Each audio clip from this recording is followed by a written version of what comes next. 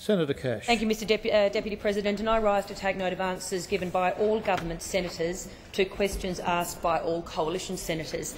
And, Mr Deputy President, the non-answers given by those on the other side today to what were very, very basic questions from this side in relation to the impact of the carbon tax on the Australian people shows just how scared those on the other side are of the impact of the carbon tax. In fact, Minister Wong, when asked directly by Senator Fierravanti-Wells exactly what the impact would be on self-funded retirees and whether or not any self-funded retiree would be worse off, was unable to confirm the comment from her own colleague, Senator Feeney, when he said none.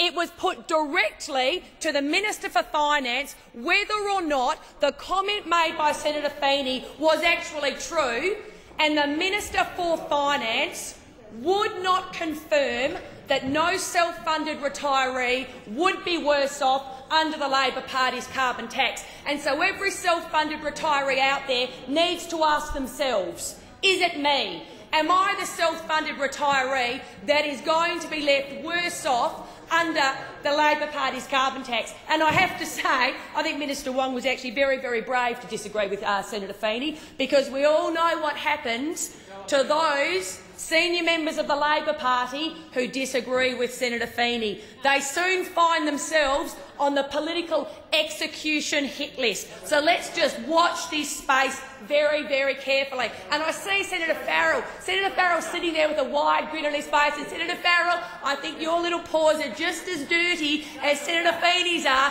when it comes to the political execution hit list. And remember, the political execution hit list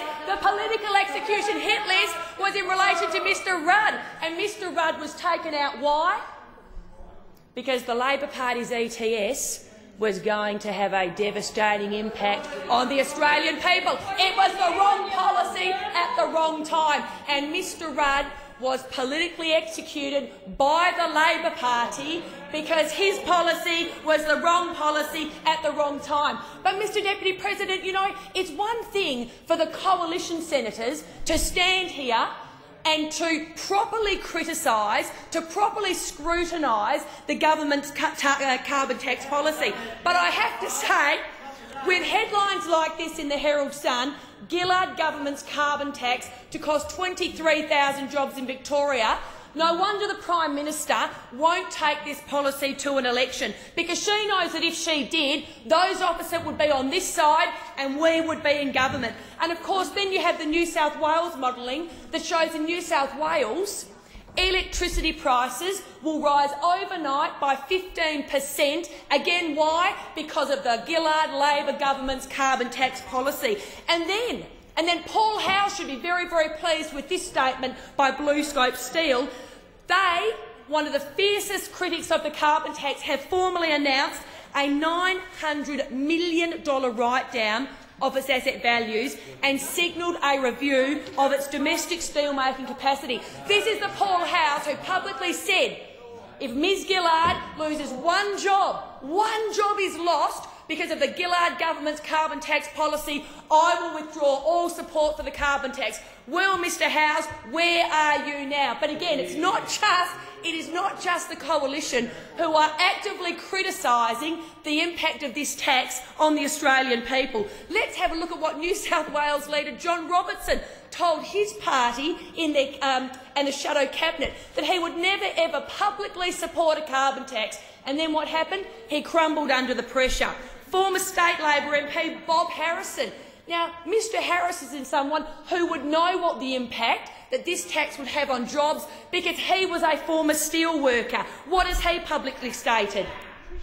How can we believe our Prime Minister, who promised us there would be no carbon tax before the election and just managed to scrape in? But it doesn't end there. What about Mr John Della Bosca? He says the carbon tax is the craziest thing that she, Gillard, could have ever done. I think the carbon tax is a mistake.